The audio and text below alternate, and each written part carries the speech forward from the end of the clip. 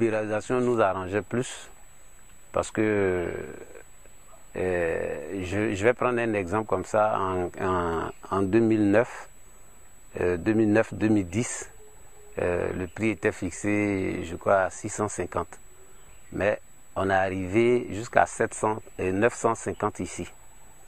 On est arrivé jusqu'à 950 parce que ça dépend de la bourse. Quand le prix est bon, ça se répercute directement sur le paysan ici. Bon, quand on fixe le prix a été fixé l'année passée, mais les gens ne contrôlent pas. Voilà. Aujourd'hui, par exemple, les gens payent le cacao à 400 ici. Ici. Pourtant, c'est dit que c'est plus. Un pays comme la Côte d'Ivoire, qui est le premier producteur mondial de cacao, et on nous fait revenir encore 50 ans en arrière, ce prix est fixé par l'État. Or, il y a un bouche de cacao, Londres, avec le temps moderne de l'Internet là, que tout le monde voit le prix, c'est-à-dire qu'il grimpe. Aujourd'hui, si l'État fixe le prix à 500 francs, même si Londres est grimpé, c'est 500 francs le producteur va avoir. C'est dommage.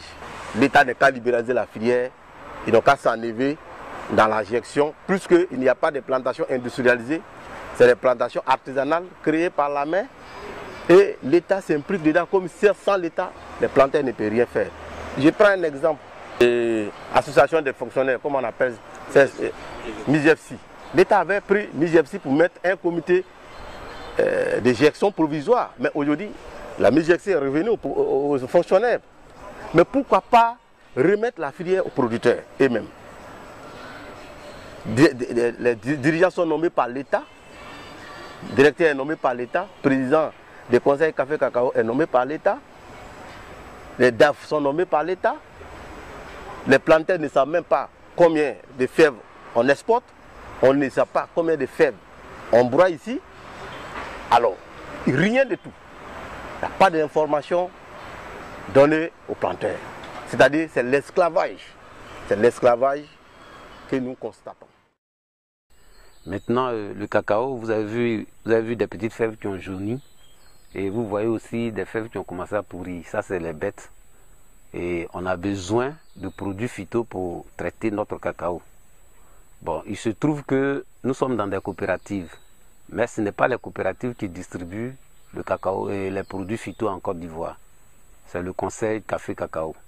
Et la plupart du temps, le produit n'arrive pas aux planteurs.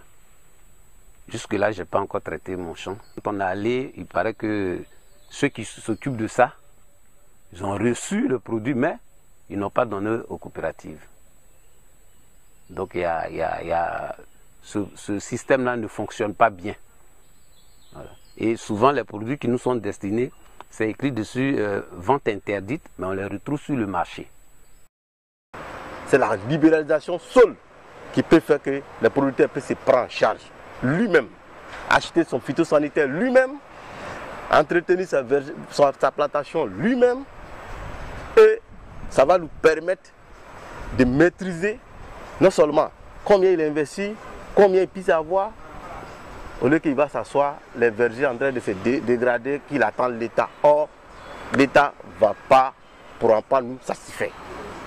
Donc aujourd'hui, notre problème, le gros problème, c'est il faut que la filière soit libéralisée. Une fois que la libéralisation est faite, vous allez constater que alors, la Côte d'Ivoire va maintenir sa première place mondiale, premier producteur de café cacao. Parce qu'aujourd'hui, je vais vous dire quelque chose.